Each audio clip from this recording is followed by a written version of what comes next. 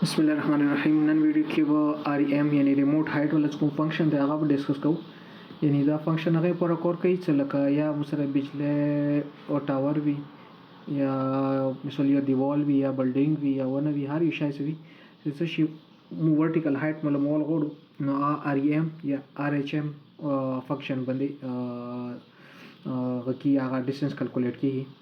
نو سوکیا کې دغه غڅ دی دا په آر ایم باندې دی ریموټ الیویشن میجرمنټ او دی کې آر ایچ ایم دی یعنی ریموټ هایټ میجر.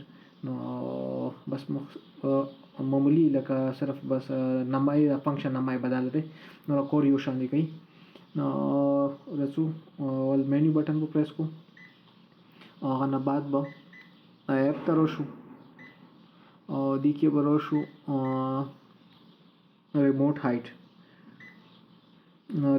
ته راغلو. اوس هغه پوینټ چې کوم یا دیوال یا ټاور هغه کوم لاندنی پوینټس وي کنه هغه به ټارګټ کړي. نو زه چونکې لیزر نه کار کوم نو دا ایچ آر سره هایټ اف ریفلیکټر دا 0 0 دی. نو دی وجه نه لیزر خو لاندنی پوینټ ډایرکټ راوچتای او که پریزم باندې چک کوي نو پریزم کوم هایټ وي کنه هایټ بدلته کې لیکل ضروري وي بلکې هغه خپل راځي کوم هایټ ته مخکې سیټ کړی خو بهرحال دلته کې په د پریزم هایټ راشي یا به هغه دلته کې ولې کې چې تو پریزم هایټ څوره دی. نو اوس به هغه پوینټ به ټارګټ به کې هغه نه بعد به ډیسټنس بٹن پریس کړي او ډیسټنس بٹن مو پریس کړل. اوس دا یې کنه ایچ ډی یعنی هوريزونټل ډیسټنس د کوم ځای کې چې ټی ایس ټوټل سیشن ویلوډ دی دی چې نو خله د کوم پوینټ مو ابزورب کړل دی په مانس کې کوم ډیسټنس 2.494 دای د 2 پوینټو په مانس کې د هوريزونټل ډیسټنس دی.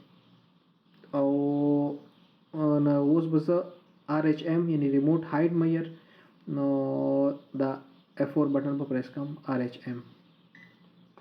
نو اوس څه وشولو ایچ ایکس کوم دی کنه نو دا هغه اوس ماینس 0.000 میټر نو دا پوینټ اوس مو 0 شولو. اوس دا کوم ایدی دا ټیلیسکوپ دی کنه دا به مو ورو لاندې طرف ته بیایو کله چې دا لاندې مو مطلب لاندې طرف ته کوو نو مطلب پوس هایټ چک کوو چې کوم دی بلډینګ دی یا بجلی ټاور دی یا هغه ټاپ باندې به دی آی پیس کې دا آی پیس ته دی کې به هغه پوینټ ټارګټ کو چې کوم ته هایټ پکور دی.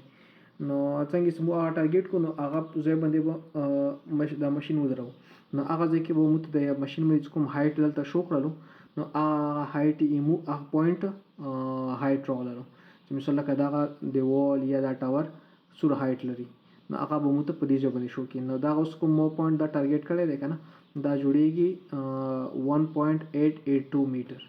نو دې طریقې سره د مو یوشي هایټ ملبولې شو.